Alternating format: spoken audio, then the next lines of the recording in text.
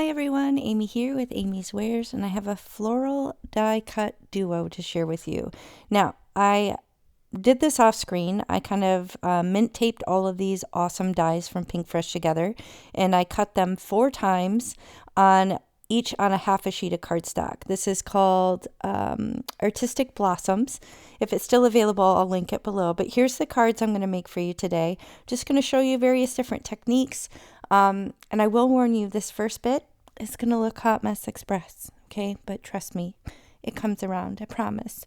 Anyway, I was able to leave all of these fiddly little die cuts right within the card panel, or sorry, the cardstock piece, which made it a lot easier for ink blending. Now, if they do pop out on you, they don't stay in place.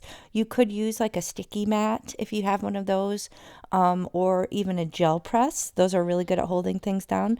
Those are different ways to kind of hold little fiddly bits in place, or you could even use kind of a piece of mint tape, sticky side up to kind of hold it as well, just to give you a little bit more license on ink blending that bad boy. So lots of options if you are able to kind of keep it nestled into the original piece of cardstock.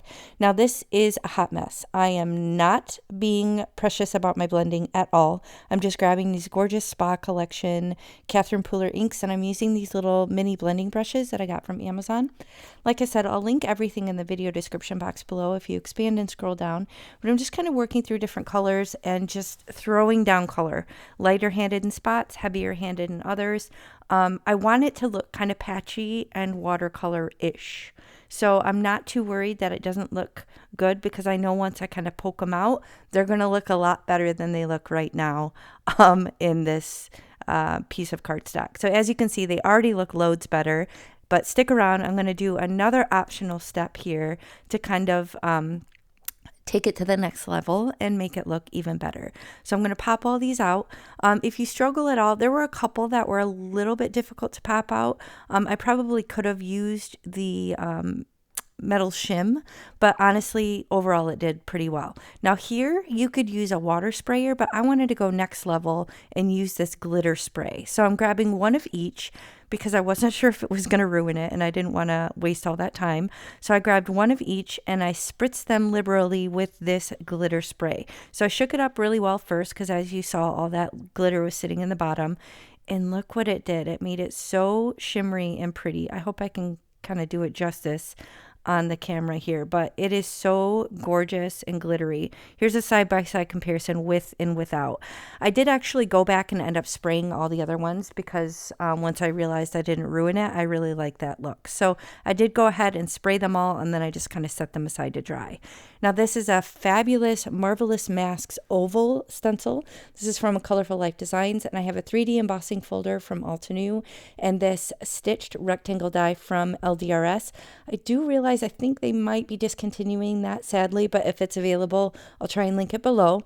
Now, these stencils are awesome. You get the inner and outer portion in 4 different sizes, and there's a whole collection of these in the shop at A Colorful Life Design. So ovals, kind of basic shapes, some really unique shapes, and these are so fun because you can just use them in so many different ways to create different looks.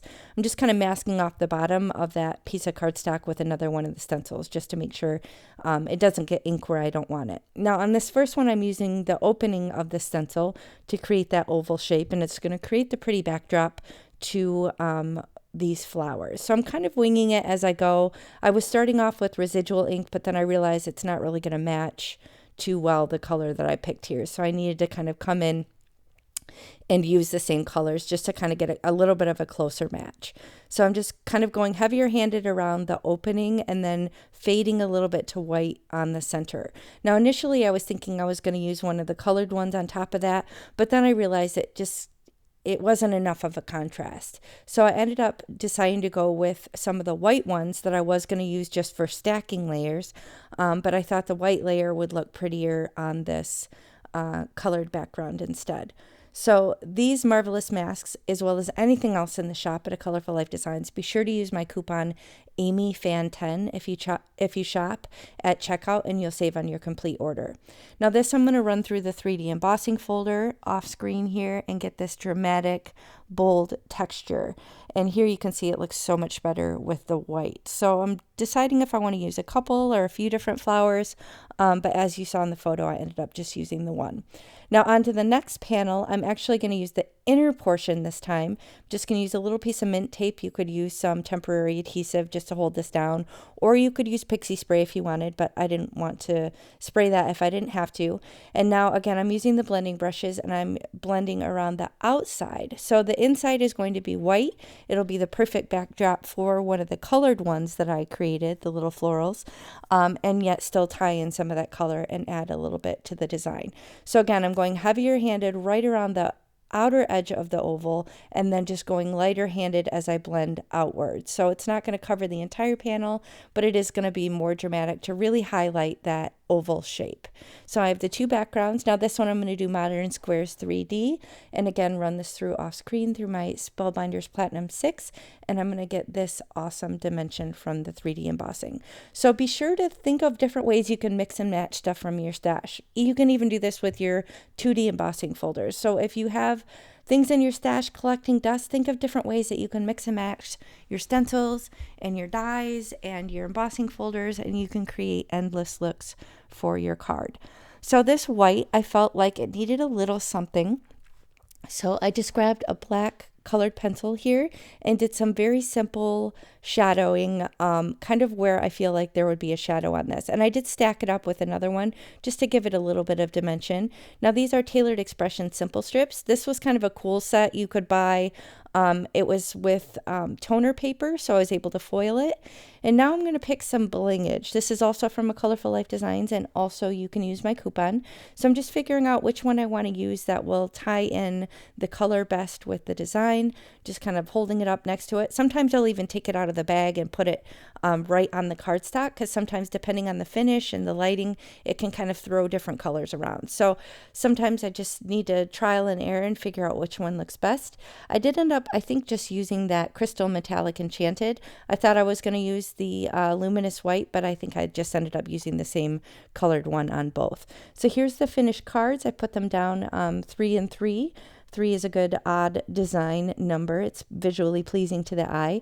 And I did pop up that sentiment strip with a little bit of thin foam strips. And yeah, I used the same color on both. You can see that pretty shimmer on the flower on this one from that spray. And that's going to finish the card. So I hope you enjoyed this. If you did, please hit the thumbs up and consider subscribing. Like I said, I'll link everything below. And I hope this encourages you to shop your crafty stash and see what you can combine to create fun new cards. So thanks so much for watching. I'll catch you next time. Bye.